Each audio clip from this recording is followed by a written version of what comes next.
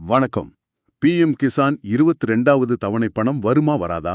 ஆமா, இதுதான் இப்ப எல்லார் மனசுலயும் இருக்கிற கேள்வி. ஒரு பக்கம் புதுசா விவசாயி அடையாள அட்டை வாங்கணும்னு சொல்றாங்க, இன்னொரு பக்கம் தேதி தள்ளி போகுதுன்னு ஒரு பேச்சு. நிறைய குழப்பங்கள் இருக்கு. இப்படிப்பட்ட குழப்பமான செய்திகளுக்கு நடுவுல நீங்க பகிர்ந்த யூடியூப் வீடியோ ஆதாரம் என்னென்ன உண்மைகளை வெளிச்சம் போட்டு காட்டுதுன்னு நம்ம ஆழமா பார்க்கலாம். கண்டிப்பா. முக்கியமா அந்த 2000 ரூபாய் உங்க கைக்கு எப்போ வரும், யாருக்கெல்லாம் அது வர்றதுல சிக்கல் இருக்கலாம், அப்புறம் அந்த புது அடையாள அட்டை கதை உண்மையா இல்லையான்னு விலாவாரியா பேச போறோம். ஆமா, இது வெறும் செய்தி சுருக்கம் இல்ல. இந்த விதிமுறைகளுக்கு பின்னால இருக்கிற பெரிய நோக்கத்தையும் நம்ம புரிஞ்சிக்க முயற்சி பண்ண போறோம். அதாவது அரசாங்கம் ஏன் இந்த சின்ன சின்ன விஷயங்களை கூட இவ்வளவு கராரா பாக்குது? இதனால விவசாயிகளுக்கு நீண்ட காலத்துல என்ன நன்மை கிடைக்கலாம், என்ன சவால்கள் வரலானோ அந்த வீடியோ தரவுகளின் அடிப்படையில அலசுவோம். அருமை. அப்ப முதல் கேள்வியிலிருந்து ஆரம்பிக்கலாம். எல்லாரும் எதிர்பார்த்துட்டு இருக்கிற அந்த முக்கியமான கேள்வி, பணம் எப்போ வரும்? உங்க ஆதாரம் இதுக்கு ஒரு உத்தேசமான காலக்கெடுவை கொடுக்குது. போன தவணை, அதாவது 21வது தவணை நவம்பர் 2025ல வந்திருக்கு. அதை வச்சு பார்த்தா அடுத்த தவணையை எப்போ எதிர்பார்க்கலாம்? உங்க ஆதாரம் இது ஒரு கணக்கெடு மூலமா தான் விளக்குது. பிஎம் கிசான் திட்டம் ஆரம்பிச்சதுல இருந்து ஒவ்வொரு தவணைக்கும் நடுவுல சுமார் 3 முதல் 4 மாதங்கள் இடைவெளி இருக்கும். ஆமா, அதுதான் வழக்கம். அந்த வகையில நவம்பர் 2025 கணக்குல வச்சா டிசம்பர், ஜனவரி, பிப்ரவரி, அப்போ பிப்ரவரி கடைசி அல்லது மார்ச் தொடக்கத்துல பணம் வர அதிக வாய்ப்பு இருக்கு. இது ஒரு வழக்கமான காலச்சுழற்சி அடிப்படையிலான கணிப்பு இல்ல. இன்னும் அதிகாரப்பூர்வமா தேதி வரல. அந்த வீடியோல ஏதாவது குறிப்பிட்ட தேதியை பத்தி பேசப்பட்டிருக்கா? ஏன்னா பலரும் ஒரு குறிப்பிட்ட தேதி எதிர்பார்த்து காத்துட்டு இருப்பாங்க. உறுதியான தேதிய அரசாங்கம் இன்னும் வெளியிடல. ஆனா அந்த வீடியோல 2 முக்கியமான கணிப்புகள் சொல்லப்பட்டிருக்கு. ஓகே. ஒன்னு, பிப்ரவரி மாத இறுதிக்குள்ள பணம் வர வைக்கப்படலாம் என்பது. இதுதான் பரவலான எதிர்பார்ப்பா இருக்கு. சரி. இன்னொன்னு இன்னும் கொஞ்சம் சுவாரஸ்யமானது. வட இந்தியால மார்ச் மாசம் வர ஹோலி பண்டிகை ஒரு பெரிய கொண்டாட்டம். ஆமா. அதனால மார்ச் 4ஆம் தேதி கொண்டாடப்படவிருக்கிற ஹோலி பண்டிகைக்கு முன்னாடியே விவசாயிகளுக்கு பணத்தை கொடுக்க அரசாங்கம் முயற்சி செய்யலான்னு ஒரு கருத்து அந்த வீடியோல குறிப்பிடப்பட்டிருக்கு. ஓ, அப்போ பண்டிகை காலத்தை ஒட்டி பணம் வரத்துக்கு ஒரு வாய்ப்பு இருக்கு. ஆமா, அது ஒரு சாத்தியக்கூறு. அதாவது நாம பிப்ரவரி கடைசி வாரத்திலிருந்து மார்ச் முதல் வாரம் வரைக்கும் கொஞ்சம் உஷாரா நம்ம வங்கி கணக்கு சரிபார்க்க ஆரம்பிக்கலாம். சரி, இது ஒரு தெளிவு கொடுக்குது. ஆமா. இப்ப அடுத்த பெரிய குழப்பத்துக்கு வருவோம். இந்த தனிநபர் விவசாய அடையாள அட்டை, இது என்ன புதுசா இருக்கு? இதுதான் இப்போதைய ஹாட் டாபிக். இது கட்டாயம்னு சொல்றாங்களே, இது உண்மையா? இதனால ஏற்கனவே பணம் வாங்கிட்டு இருக்கிறவங்களுக்கு ஏதாவது பாதிப்பு வருமா? ஒரு புது விதிமுறை வரும்போது அது ஏற்கனவே இருக்கிறவங்களை பாதிக்குமாங்கிற பயம் வர்றது இயல்புதான். ஆனா உங்க ஆதாரம் இதுக்கு ரொம்ப தெளிவான ஒரு விளக்கத்தை கொடுக்குது. என்ன சொல்லுது? ஏற்கனவே பிஎம் கிசான் திட்டத்துல பயனாளியா இருந்து தொடர்ந்து பணம் வாங்கிட்டு வர விவசாயிகளுக்கு இந்த புதிய விவசாய அடையாள அட்டை இப்போதைக்கு கட்டாயம் இல்ல. ஆஹா, இது ஒரு பெரிய நிம்மதி பெருமூச்சு விட வைக்கிற செய்தி. உண்மைதான். ஒரு நிமிஷம், இதுல ஒரு கேள்வி வருது. இப்போதைக்கே தேவையில்லைன்னு சொல்றீங்க. ஆனா இந்த திட்டத்தை இன்னும் முறைப்படுத்தணும்னா அரசாங்கம் 2-3 வருஷத்துல எல்லாருக்கும் இதை கட்டாயமாக்க வாய்ப்பு இருக்குல்ல? இது ஒரு தற்காலிக விளக்குதானா? ரொம்ப சரியான கேள்வி. அப்புறம் ஏற்கனவே ஆதார் கார்டு இருக்கும்போது விவசாயிகளுக்குன்னு தனியா ஒரு அடையாள அட்டை எதுக்கு? உங்க ஆதாரம் நேரடியா இதுக்கு பதில் சொல்லலேனாலும் அது குடுக்கிற தகவல்களை வச்சு நம்ம சில விஷயங்களை புரிஞ்சுக்கலாம். முதல்ல, இது யாருக்கு கட்டாயம்னா புதுசா சேர்றவங்களுக்கு. கரெக்ட். இந்த திட்டத்துல இனிமே புதுசா சேரப்போற விவசாயிகளுக்கு மட்டும்தான். அதுவும் தமிழ்நாடு, கேரளா, ஆந்திரா, கர்நாடகா, தெலுங்கானா உட்பட ஒரு 14 மாநிலங்கள்ல மட்டும் இதை அமல்படுத்தியிருக்காங்க. ஓ, எல்லா மாநிலத்துக்கும் கூட இல்லையா? இல்ல.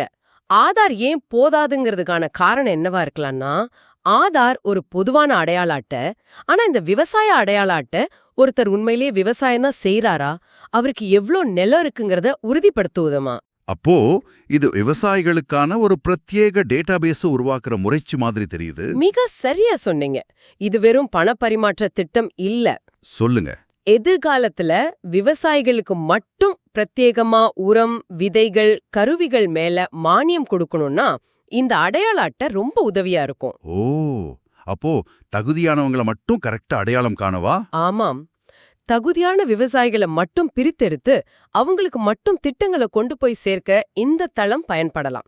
அதனால இப்போதைக்கு இது புதுசா வர்றவங்களுக்கு மட்டும்தான். சரி. ஆனா நீங்க கேட்ட மாதிரி எதிர்காலத்துல இது எல்லாருக்கும் பொதுவான விதியா மாற வாய்ப்பு இருக்கு. ஆனா 22வது தவணைக்கு நீங்க இதை பத்தி கவலைப்பட தேவையில்லைங்கிறது அந்த வீடியோ சொல்ற முக்கியமான விஷயம். சரி, இந்த விளக்கம் ரொம்ப தெளிவா இருக்கு. அப்போ புது ஐடி கார்டு இப்போதைக்கு நமக்கு பிரச்சனை இல்ல. இல்ல. ஆனா பணம் வர்றதை தடுக்கக்கூடிய வேற சில காரணங்கள் இருக்குன்னு உங்க ஆதாரம் சொல்லுது. அதாவது எல்லாம் சரியா இருக்கும்னு நாம நினைச்சிட்டு இருப்போம், ஆனா கடைசியில பணம் அக்கௌண்ட்டுக்கு வராது. ஆமாம். அது மாதிரியான ஏமாற்றத்தை தவிர்க்க என்னென்ன விஷயங்களை நம்ம இப்போவே சரி பார்த்துக்கணும்? ஆமாம். இந்த சரிபார்ப்பு பட்டியல் ரொம்ப முக்கியம். இது வெறும் விதிமுறை இல்ல. இது ஒரு பெரிய மாற்றத்தின் ஒரு பகுதி. எப்படின்னு சொல்றீங்க? கடந்த காலங்களில் தகுதி இல்லாத பல பேர்களுக்கு பணம் போனதாக புகார்கள் எழுந்தன. அதை தடுக்க அரசாங்கம் கொண்டு வந்த டிஜிட்டல் போட்டு தான் இந்த சரிபார்ப்புகள். ஓ, அப்போ இது ஒரு ஃபில்டர் மாதிரி. ஆமாம். சரியான நபருக்கு சரியான நேரத்தில் சரியான தொகை போய் சேருவதை உறுதி செய்வதே இதன் நோக்கம். உங்க ஆதாரம் இதுல 3 முக்கியமான தடைகளை சுட்டிக்காட்டுது. முதல் தடை இகேவைசி. இகேவைசி இத பத்தி அரசாங்கம் ரொம்ப தடவை சொல்லிட்டு இருக்கு. இன்னும் சிலர் இதை முடிக்காம இருக்க வாய்ப்பு இருக்கா? நிச்சயமா பல காரணங்களால சிலர் இதை செய்யாம விட்டுருக்கலாம். இகேவைசினா என்னன்னா நோ யோர் கஸ்டமர், அதாவது உங்க வாடிக்கையாளரை தெரிஞ்சு கொள்ளுதல் என்பதன் டிஜிட்டல் வடிவம். ஆன்லைன்ல நம்மள நாமளே வெரிஃபை பண்றது. ஆமா, நீங்க தான் உண்மையான பயனாளினே உங்க ஆதார் மூலமா ஆன்லைன்ல உறுதிப்படுத்துறது தான் இது. இதை நீங்க முடிக்கலன்னா அரசாங்கத்தோட கணக்குல நீங்க ஒரு சரிபார்க்கப்படாத பயனாளியா இருப்பீங்க. அப்போ பணம் வராது. ஆமா, பணம் அனுப்புறத சிஸ்டம் நிறுத்திடும். இதுதான் முதல் மற்றும் முக்கியமான தடை. அப்போ இகேவைசியும் ஆதார் இணைப்பும் முதல் 2 தடைகள். இல்ல, ஆதார் இணைப்பு 2வது. ஓ சரி, அப்போ இகேவைசி முதல் தடை, 2வது ஆதார் இணைப்பு. ஆமா, இதெல்லாம் தாண்டி பணம் வங்கிக்கே வந்து அங்கேருந்து திரும்ப போகவும் ஒரு வாய்ப்பு இருக்குன்னு உங்க ஆதாரம் சொல்லுது. அது என்ன காரணம்? அதுதான் 3வது தடையா? ஆமா, இது 3வது தடை. இது பலரும் கவனிக்க தவறும் ஒரு விஷயம். உங்க வங்கிக் கணக்கோட ஆதார் இணைக்கப்பட்டிருந்தா மட்டும் போதாது. அந்த இணைப்பு என்பிசிஐ எனப்படும் தேசிய கொடுப்பனவு கழகத்துடன் சரியா மேப் செய்யப்பட்டிருக்கணும். என்பிசிஐ அது என்னன்னு கொஞ்சம் எளிமையா விளக்க முடியுமா? ஏன்னா இந்த வார்த்தை பலருக்கும் புதுசா இருக்கலாம். சுருக்கமா சொன்னா, நீங்க பயன்படுத்துற ஜிபே, போன்பே மாதிரி யூபிஐ பரிவர்த்தனைகளை நிர்வகிக்கிற அதே அமைப்பு தான் இது. ஓகே. அரசாங்கம் டெல்லியிலிருந்து அனுப்புற பணம் பல வங்கிகளை கடந்து குழப்பம் இல்லாம உங்க கணக்குக்கு வந்து சேர்றதுக்கான ஒரு தேசிய நெடுஞ்சால மாதிரி இந்த என்பிசிஐ இணைப்பு செயல்படுது. ஆஹா, நல்ல உதாரணம். உங்க கணக்கு இந்த நெடுஞ்சாலையில இணைக்கப்பட்டிருந்தாதான் அரசாங்கத்தோட நேரடி மானிய பரிமாற்றம், அதாவது டைரக்ட் பெனிஃபிட் டிரான்ஸ்ஃபர் உங்ககிட்ட வந்து சேரும். அப்போ பேங்க்ல ஆதார் லிங்க் பண்ணிருந்தாலும் இந்த என்பிசிஐ மேப்பிங் நடக்கலைன்னா பிரச்சனை வரும். ஆமா, உங்க ஆதார் உங்க வங்கியோட இணைக்கப்பட்டிருக்கலாம். ஆனா இந்த என்பிசிஐ மேப்பிங் நடக்கலைனா பணம் பாதியிலே நின்னுடும். வாவ், தேசிய நெடுஞ்சாலைன்ற ஓம ரொம்ப நல்லா புரிய வைக்குது. அப்போ இகேவைசி, ஆதார், என்பிசிஐ இணைப்பு இது ரெண்டும் சரி. இதுக்கு மேலே ஒரு சிக்கல் வர வாய்ப்பு இருக்கா? இருக்கு. இதுதான் 3வது மற்றும் கடைசி தடை. சொல்லுங்க. உங்க ஆதாரம் சொல்றபடி நீங்க கொடுத்திருக்கிற வங்கி கணக்கு செயல்பாட்டுல, அதாவது ஆக்டிவா இருக்கணும். ஆக்டிவா இருக்கணுமா? ஆமா, சில பேர் பல வருஷமா பயன்படுத்தாத இல்லனா 0 பேலன்ஸ்ல இருக்கிற கணக்க கொடுத்திருப்பாங்க. வங்கிகள் ஒரு குறிப்பிட்ட காலத்துக்கு பிறகு அந்த மாதிரி கணக்குகளை செயலற்ற கணக்கு, அதாவது டார்மெண்ட் ஆர் இன்ஆக்டிவ் அக்கவுண்ட் ஆக்கிடும். ஆமா, அப்படி நடக்கும். அப்படிப்பட்ட கணக்குக்கு அரசாங்கம் பணம் அனுப்ப முயற்சி செய்யும்போது வங்கி அதை ஏத்துக்காது. பரிவர்த்தனை தோல்வி அடைந்து பணம் திரும்பி போயிடும். நீங்க சொல்ற இகேவைசி, ஆதார் இணைப்பு எல்லாம் கொள்கை அளவுல சரிதான். ஆனா ஒரு கிராமத்துல இருக்கிற டெக்னாலஜி பழக்கம் இல்லாத ஒரு வயதான விவசாயிக்கு இது எவ்வளவு பெரிய சவால். உண்மைதான். அவங்க இதுக்காக அலைய வேண்டியிருக்குமே. இந்த நடைமுறை சிக்கல்களை பத்தி உங்க ஆதாரம் ஏதாவது சொல்லுதா? உங்க ஆதாரம் நேரடியா இத பத்தி பேசல. ஆனா இந்த சரிபார்ப்புகளோட முக்கியத்துவத்தை அது வலியுறுத்துறதே இந்த நடைமுறை சிக்கல்களை விவசாயிகள் தாண்டி வரணும்னு சொல்றதுக்கு தான். இது ஒரு சவால்ங்கிறது உண்மைதான். எனக்கு தெரிஞ்ச ஒருத்தருக்கு போன தவணை பணம் வரல. எல்லாம் சரியா இருக்குன்னு பார்த்தா கடைசியில அவர் 10 வருஷம் முன்னாடி ஆரம்பிச்ச பயன்படுத்தாத ஒரு பேங்க் அக்கவுண்ட கொடுத்திருக்கார். ஓ, அப்படியா? பேங்க் அதை டார்மெண்ட் ஆக்கினதால பணம் திரும்பி போடுச்சு. அப்புறம் புது அக்கவுண்ட்டை இணைச்சு எல்லாத்தையும் சரி செஞ்ச பிறகுதான் அடுத்த தவணை கிடைச்சது. அப்போ நம்ம கொடுத்த அக்கவுண்ட் யூஸ்ல இருக்கான்னு பார்க்கணும். ஆமா, அதனால நாம கொடுத்திருக்கிற அக்கவுண்ட்ல சமீபத்துல பண பரிவர்த்தனை செஞ்சிருக்கோமான்னு ஒரு தடவை பார்த்துக்கிறது ரொம்ப நல்லது. அப்போ நாம செய்ய வேண்டிய சரிபார்ப்பு பட்டியல் இதுதான். 1, PM கிசான் வெப்சைட்ல போய் நம்ம இகேஒய்சி ஸ்டேட்டஸ் எஸ்ன்னு இருக்கான்னு பார்க்கணும். ஆமா, அது முதல் படி. 2, நம்ம வங்கிக்கு போய் ஆதார் என்பிசிஐ மேப்பிங் சரியா இருக்கான்னு கேட்கணும். கரெக்ட். 3 நாம கொடுத்த வங்கி கணக்கு ஆக்டிவா இருக்கா, அதுல பணம் போட எடுக்க முடியுதான்னு உறுதிப்படுத்திக்கணும். மிகச்சரி. இந்த 3 சரியா இருந்தா 22வது தவணை பணம் தடையா இல்லாம வந்து சேரும்னு உங்க ஆதாரம் உறுதியா சொல்லுது. மிகச்சரியா தொகுத்தீங்க. இது ஒரு சின்ன வீட்டுப்பாடம் மாதிரி தான். இத நாம சரியா செஞ்சுட்டா பணம் வர்ற அன்னைக்கு எந்த டென்ஷனும் இல்லாம இருக்கலாம். இதுவரைக்கும் நாம பேசுனத ஒரு முறை சுருக்கமா பார்த்திடலாம். சரி.